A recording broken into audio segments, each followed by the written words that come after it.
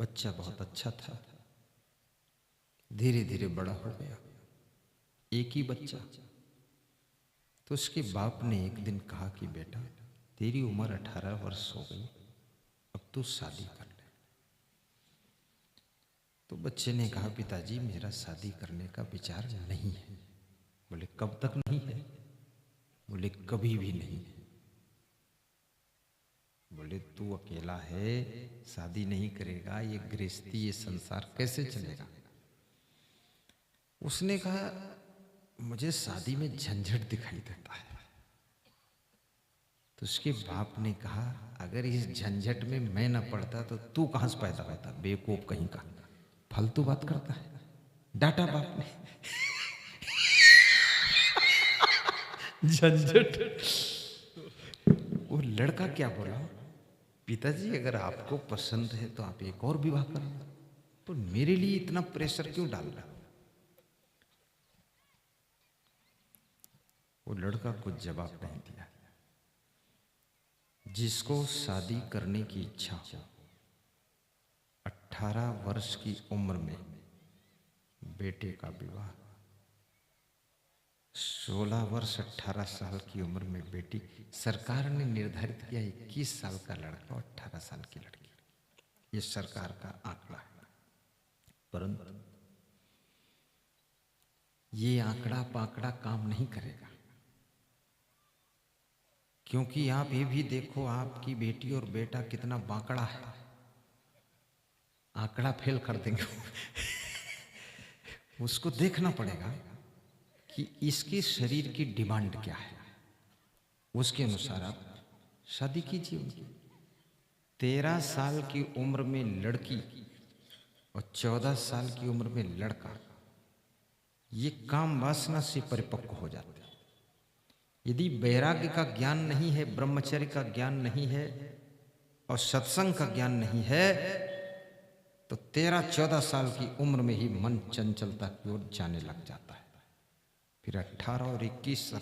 इसलिए आप देखते होंगे हमारे देश के अंदर रेप कांड बहुत हो रहे हैं, उसका कारण यही हो रहा है। हमारी पूर्वज 10, 12, 15 साल की उम्र में शादी कर देते थे, लेकिन अब इतना लंबा गैप, तो फिर होंगे फालतू रेप। लोगों को ज्ञान नहीं है, या तो सरकार कुछ ज्ञान का प्रबंध करे, अच्छे अच्छे लोगों को छांट करके मन इंद्रियों को बस में करने की शिक्षा दी जाए स्कूल में, कॉलेजों में, तब ये मन रुक सकता है। अन्यथा ये पागल मन रुकने वाला नहीं है।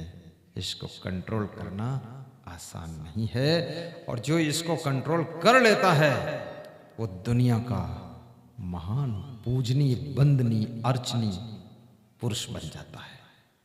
इस मन को बस में,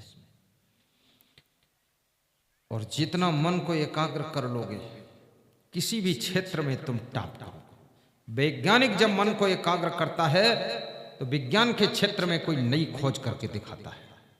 जब एक राजनेता राजनीति में अपने मन को एकाग्र करता है, इधर उधर चंचलता नहीं करता है, तो राजनीतिक क्षेत्र में आकर के फर्स्ट नंबर के, टॉप नंबर के पद को प्राप्त करता है।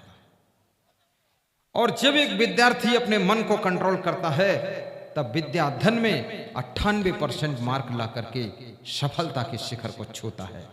जब एक साधु अपने मन को कंट्रोल करता, बस में करता है, साधना में डूब जाता है, तो वो साधु भी महान पुरुष बनता है। इतना तेजस्वी, तपस्वी, यशस्वी, ओजस्वी होता है कि उससे मुख से निकले हुआ आशीर्वाद भी लोगों के लिए सफल होने लग जाता है। इसलिए मन को बस में करना बहुत जरूरी है। आजकल नवयुवक लोग गीत गाते हैं, मेरा मन डोले, मेरा तन डोले, मेरे दिल का गया करार रे, अब कौन चलावे साइकिलिया। इस तरह गीत गाओगे तो तुम्हारे मन की क्या दशा होगी। ऐसे गीत मत गाना। अब जितना गा चुके हो, कोई बात नहीं, पर आज से मत गाना। तो क्या गाना? ये कुछ मत गाओ, मैं बता रहा हूं वो गाना। ये गाओ कि गुरुजी पुकारा करेंगे, तुम्हारी तेरी शरण में गुजारा करेंगे। ये गाया करो। गुरु जी पुकारा करेंगे, तुम्हारे शरण में गुजारा करेंगे, गुजारा करेंगे, पुकारा करेंगे, सुबह शाम झाड़ू लगाया करेंगे। ये गाइए। ये मेरा मन डोले मेरा तन डोले मत गाना कभी, क्योंकि बिना गाए भी तो डोलता रहता है, गाओगे तो और ज्यादा डोल जाएगा।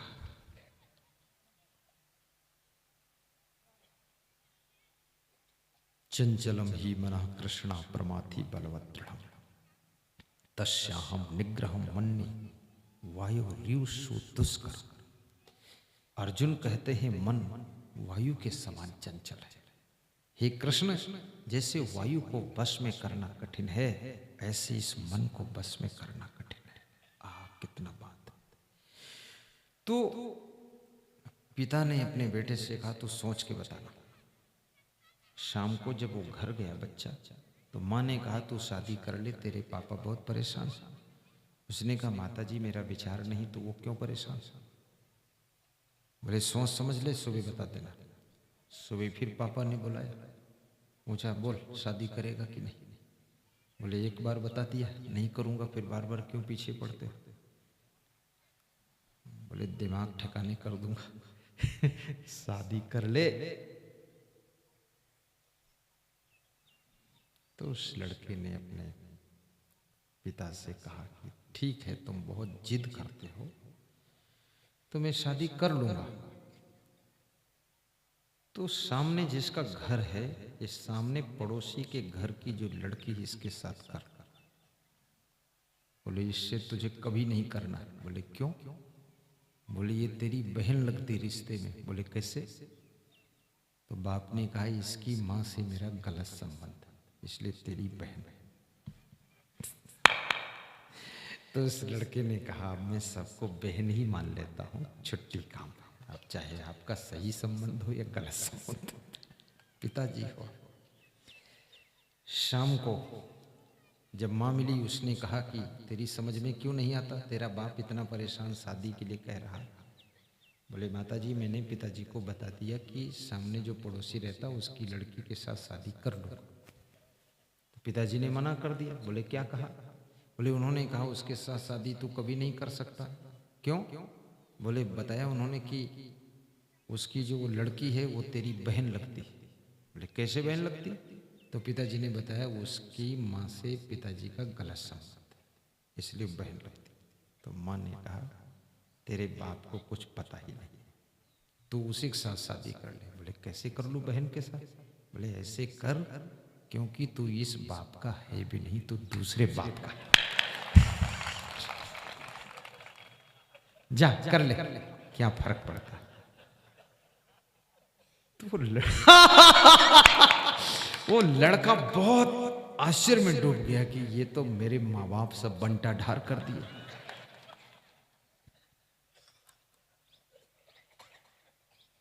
जो लोग मन को बस में नहीं करेंगे उनकी यही